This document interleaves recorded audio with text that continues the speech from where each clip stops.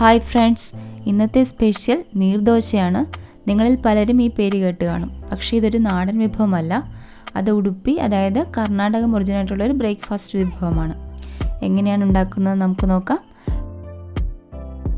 ഇതിന് പച്ചരിയാണ് നമുക്ക് വേണ്ടത്. ഞാനിവിടെ 1 കപ്പ് പച്ചരിയാണ് എടുത്തിരിക്കുന്നത്. ഇത് ഏകദേശം 5-6 മണിക്കൂറോളം കുതിരാനായി വെക്കണം.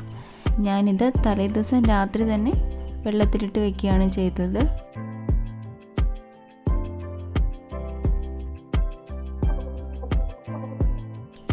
ഇത് പിറ്റേ ദിവസം രാവിലെ നന്നായി കഴുകിയതിന് ശേഷം വെള്ളം വാർത്ത് കളഞ്ഞ് 1/2 കപ്പ് തേങ്ങ ചിരണ്ടിയതും ആവശ്യത്തിന് വെള്ളവും ചേർത്ത് നന്നായി അരച്ചെടുക്കുക. നല്ല പേസ്റ്റ് പോലെ അരയണം, അതുകൊണ്ട് ഒരുപാട് വെള്ളം ചേർക്കേണ്ടതില്ല.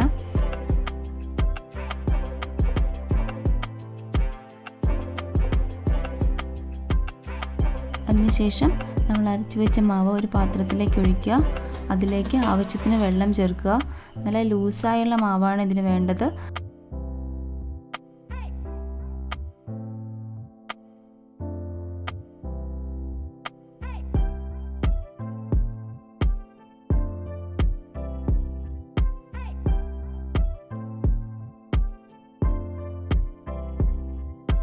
ഇനി ഇതിലേക്ക് ആവശ്യത്തിന് ഉപ്പ് ചേർക്കുക. നമ്മുടെ നീർദോശയുടെ മാവ് തയ്യാറായി കഴിഞ്ഞു.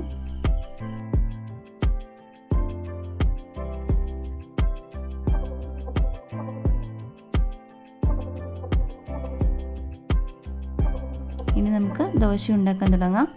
അതിനായി ഒരു തവ ചൂടാക്കുക. അതിലേക്ക് മാവ് കോരി ഒഴിക്കുക. നല്ല ലൂസായ മാവായതുകൊണ്ട് ചിതറിയായിരിക്കും മാവ് വരിക. ഗ്യാപ്പുള്ളിടങ്ങളിൽ കൂടുതൽ മാവ് കോരി ഒഴിച്ച് ഫില്ല് ചെയ്യുക.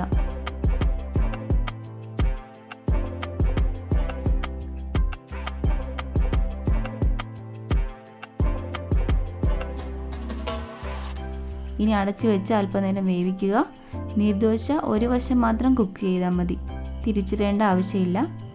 ദോശ വെന്ത് കഴിഞ്ഞാൽ പാനിൽ നിന്നും ശ്രദ്ധയോടെ വേർപെടുത്തി എടുക്കുക. അങ്ങനെ നമ്മുടെ നീർദോശ തയ്യാറായി കഴിഞ്ഞു.